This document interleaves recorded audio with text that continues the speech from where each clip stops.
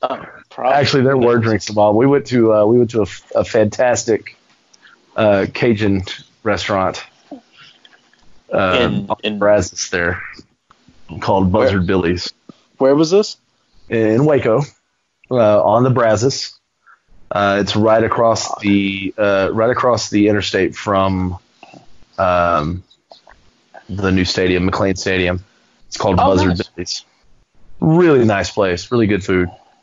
But it's right on the river, so you can go out on the deck there and feed the catfish and all this kind of stuff. So, gotta love that good, authentic Texas Cajun food.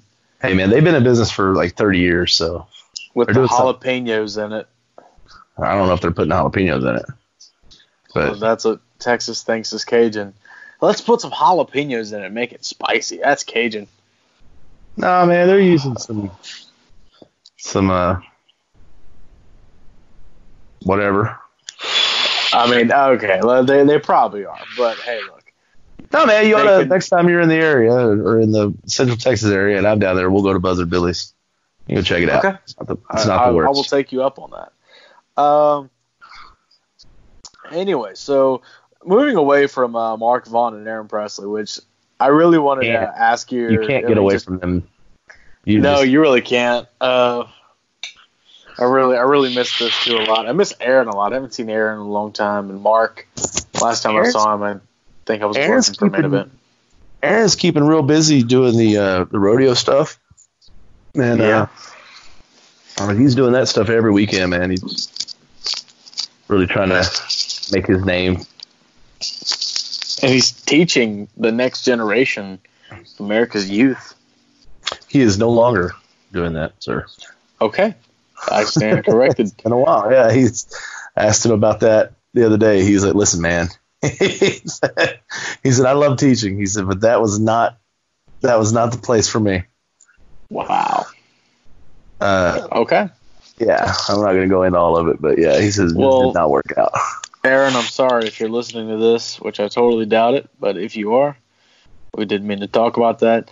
Anyway, let's move on. So online, it actually says that you were trained by Les Thatcher and Charlie Haas. Is this true? Wow, where did you see that? He was online. It was on what the hell is that site called? Never mind. It's one of those wrestling sites where it gives you information. Yeah, but who runs those things? Random people. Yeah, so I've gone to a Les Thatcher training seminar. I've trained with him for 3 days, and I've done some seminars with Charlie Haas, but wouldn't say necessarily trained by them. Right. But I mean, I will attribute some of the knowledge that they imparted upon me to them. So I did learn more in those 3 days with Les Thatcher than I had in the previous 6 months. Wow.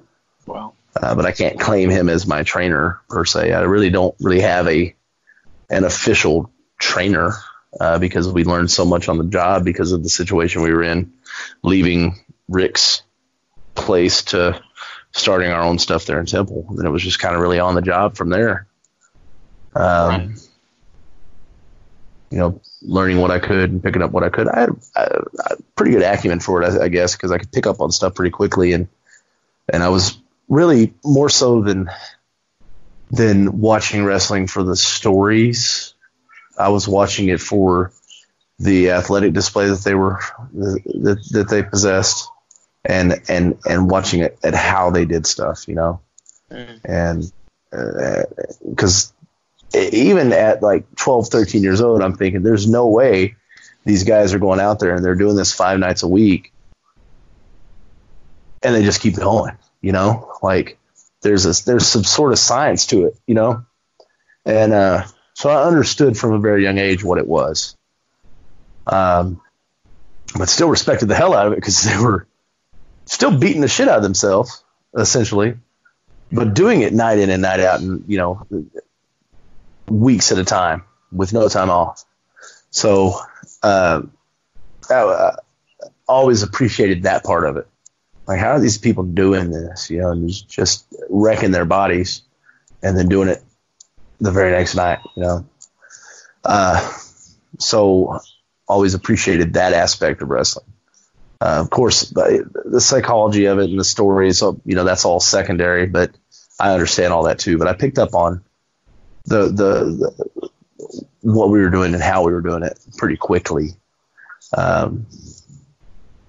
without any real formal training. Didn't go to a wrestling school per se, but we were training 5 nights a week. There in that little shop and temple, which was essentially just a metal building with no ventilation, a light above the ring, and a hot box, essentially, during the middle of summer. So, yeah.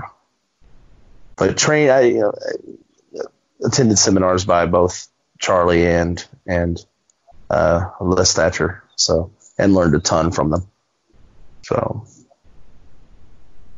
they'll be always be mentioned as far as who I can say I learned a lot from, but not necessarily my trainer. You weren't officially trained by them. Yeah. Well, the internet has all their facts wrong. I did want to ask a question about Charlie Haas. Absolutely.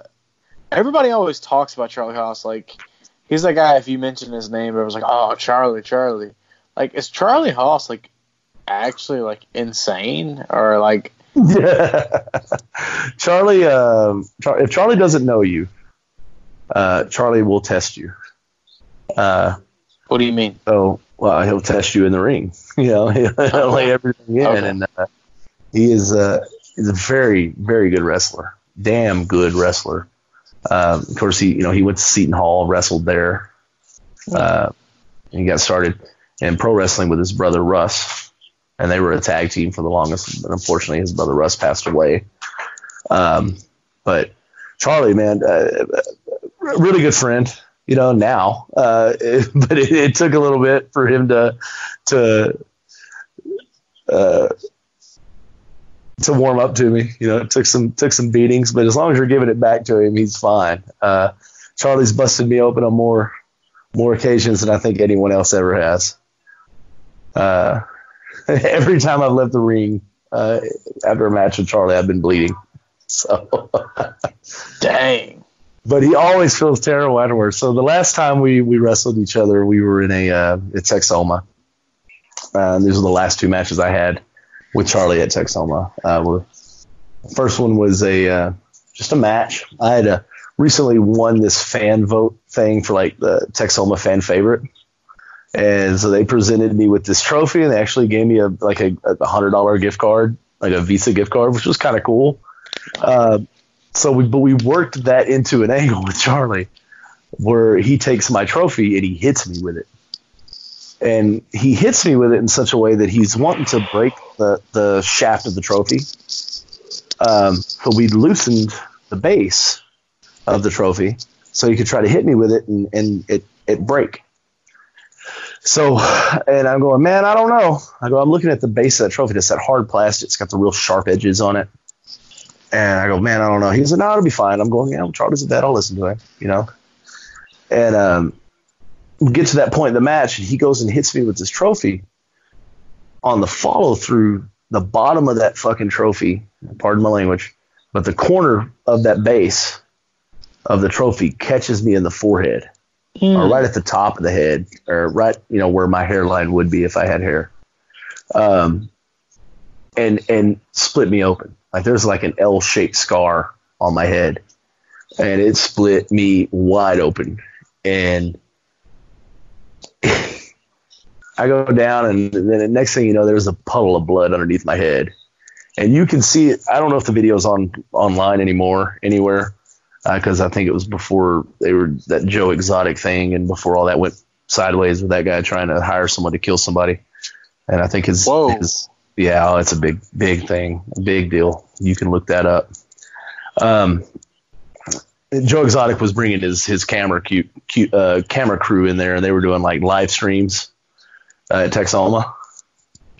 And so they were live streaming the shows, and Joe was on commentary. It was the worst commentary ever. Wait, Joe Exotic, the guy that was trying to run for president? Like, yes. The guy that had like all like the big cat wrestling the tigers. Things? Yes. Yeah. Yes. Wait. Hold up. This just got crazy. So he wanted to involve himself in pro wrestling? Yeah.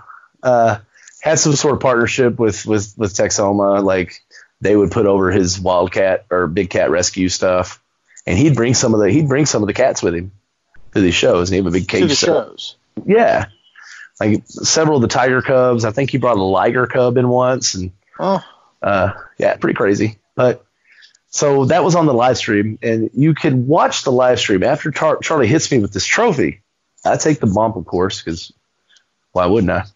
But you can see Charlie hit me with the trophy. He turns around and he's celebrating, but then he turns back, makes a full circle, and he comes back and he sees me on the mat and how much I'm bleeding.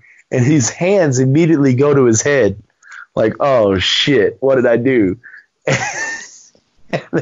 So the referee's got his hand covered like on my wound, trying to put pressure on it to keep it from bleeding.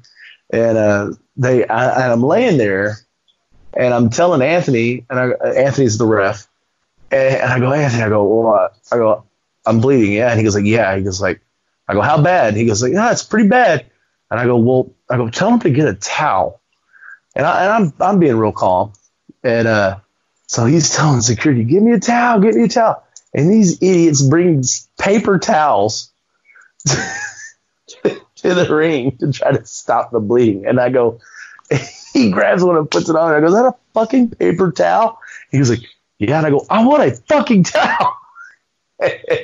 So they finally bring one, and they got me out of there. But there was blood everywhere, and I've got some pictures I'll send you of the wound after, right after the match upstairs. And we didn't go get stitches. We just glued it up and put a bandage on it. But Charlie felt so bad. He was so apologetic afterwards. He was like, man, I'm so sorry. And I go, man, I had a feeling. And he goes, yeah, I know. We should have just listened to what you were saying. I go, you're the guy that's been here doing this forever. So, but that all led into he and I having a street fight like 2 months after that, right? And sure enough, I get busted open again during the street fight. So we had a spot planned for with a table. And so we had a table under the ring, and then we were going to use the announcer's table. So the table under the ring, I ended up doing like a baseball slide into the table onto Charlie. He hits the table and boom, and I go out there and I'm fucking working on him, and he goes, "Oh, table broke." And I go, "It's fine, we got another table." So I give him a few shots, take him down, and I go to the announcer's table and I pull the tablecloth off, and it's one of those damn white plastic tables. And I go, damn it, because those things don't break, right? So, and I'm like, well, I'm already here, so I flip the table up and I start and I stand it up and start putting the legs in place to make it flat, because we're going to use it somehow. I'm going to figure out something. So as I'm doing that, I look over at Charlie and I see Charlie shake his head like he's telling me no. And I'm like, I'm already here. We're doing this. So I grab the chair and I pick it up. Well, he makes his way over to me. He gives me a punch. He punches me. He's like, throw the table at me. I was like, all right. So he punches me a couple times and he backs off. And as he backs off, I take the table, and he's got the flat side facing him, and I've got the side with the legs facing me. So I throw the table, or I push it towards him. Well, it bounces off of him and comes right back to me, right? So the metal bar underneath the table comes back and catches me square on the bridge of the nose. Oh. Splits my nose open, and I'm a gusher coming out of my nose. And he looks down. He goes like, "Oh no, not again!" So I've got my nose covered, and I go, "Oh man, this is bad." I look down. There's just a puddle of blood in my hands. So I fell off, and I hear someone in the crowd go, "Oh no, it's squirting out of his face," and it was. So Charlie at this point is freaked out. So I've made my way around to like the hard cam side of the ring, and you can see it. He's just got this kind of bewildered look on his face, and he goes like, "What do we do? What do we do?" I go, "Let's take it home." So I'm telling him the 15-year vet, let's take it home. It's been WWE and all this kind of stuff. So he brings me into the ring, and I'm like, "Kick me in the face." And he's like, "No."